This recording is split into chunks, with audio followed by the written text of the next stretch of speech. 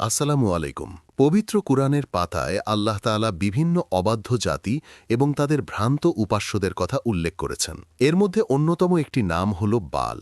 বর্তমান যুগে শব্দটি ভিন্ন অর্থে ব্যবহৃত হলেও আজ থেকে হাজার হাজার বছর আগে এই বাল ছিল একটি জাতির প্রধান উপাস্য বা দেবতা। কেন একটি বিশাল জনগোষ্ঠী এই মূর্তির সামনে মাথা নত করত? কী ছিল এর ইতিহাস?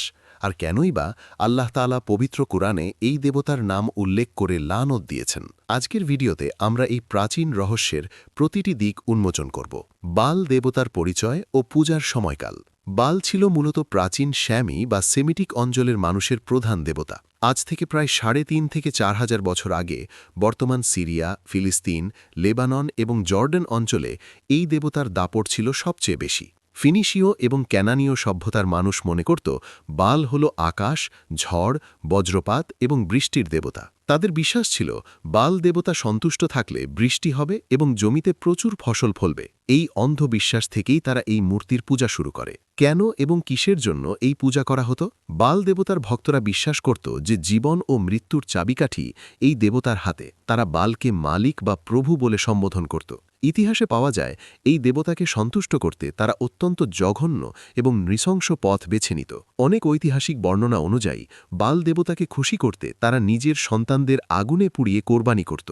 তাদের ধারণা ছিল বড় কোনো ত্যাগের মাধ্যমেই কেবল এই দেবতার আশীর্বাদ পাওয়া সম্ভব। এছাড়া বাল মন্দিরে চারিত্রিক অবক্ষয় ও অশ্লীলতা তাদের ইবাদতের অবিচ্ছেদ্য অংশ ছিল। কারা এই দেবতার পূজা করত?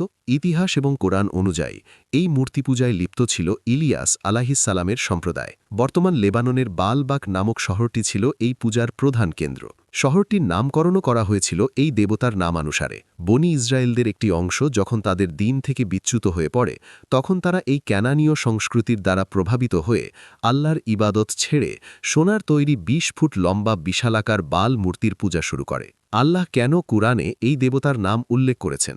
পবিত্র কুরআনের সূরা আস-সাফফাতের ১২৫ নম্বর আয়াতে আল্লাহ তাআলা হজরত ইলিয়াস আলাইহিসসালামের সেই ঐতিহাসিক দাওয়াতের কথা তুলে ধরেছেন।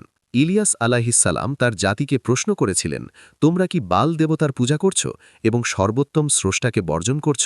আল্লাহ তাআলা এটি কুরআনে উল্লেখ করেছেন কয়েকটি কারণে। প্রথমত, মানুষকে এটি বোঝাতে যে বাল দেবতাকে তারা বৃষ্টির মালিক মনে করত সে আসলে পাথরের বা সোনার তৈরি একটি নিথর মূর্তি মাত্র।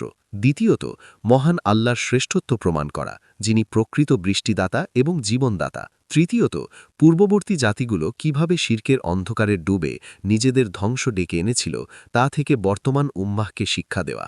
লানত ও এই জাতির পরিণতি। হজরত ইলিয়াস আলাইহিসসালাম যখন তাদের বারবার সাবধান করলেন, তখন তারা তার কথা অমান্য করে এবং তাকে হত্যা করার ষড়যন্ত্র করে। এর ফলে আল্লাহর লানত ও আযাব তাদের ওপর আপতিত হয়। ইতিহাসে উল্লেখ আছে, টানা ৩ বছর তাদের এলাকায় এক ফোঁটা বৃষ্টিও হয়নি। যে বাল দেবতাকে তারা বৃষ্টির মালিক মনে করত, সেই বাল তাদের এক ফোঁটা পানি দিয়েও সাহায্য করতে পারেনি। মানুষ ও গবাদি পশু তৃষ্ণায় মারা যেতে শুরু করে এবং একসময় এই অহংকারী জাতি ধ্বংস হয়ে যায়। আজ বালবাক শহরের ধ্বংসাবশেষ কেবল মানুষের জন্য এক বড় শিক্ষা হয়ে দাঁড়িয়ে আছে। ইতিহাসের পাতায় আজ বাল কেবল একটি মৃত নাম, কিন্তু এই কাহিনী আমাদের শিখিয়ে দেয় যে ক্ষমতা ও অর্থের দাপট যত বড়ই হোক না কেন, একমাত্র ইবাদতের যোগ্য হলেন আল্লাহ সুবহানাহু ওয়া তাআলা। মানুষের তৈরি কাল্পনিক উপাস্যরা কখনো মানুষের মুক্তি দিতে পারে না। শিরকের এই ভয়ঙ্কর ইতিহাস আমাদের ঈমানকে আরও মজবুত করুক, এই কামনায় আজকের ভিডিও শেষ করছি।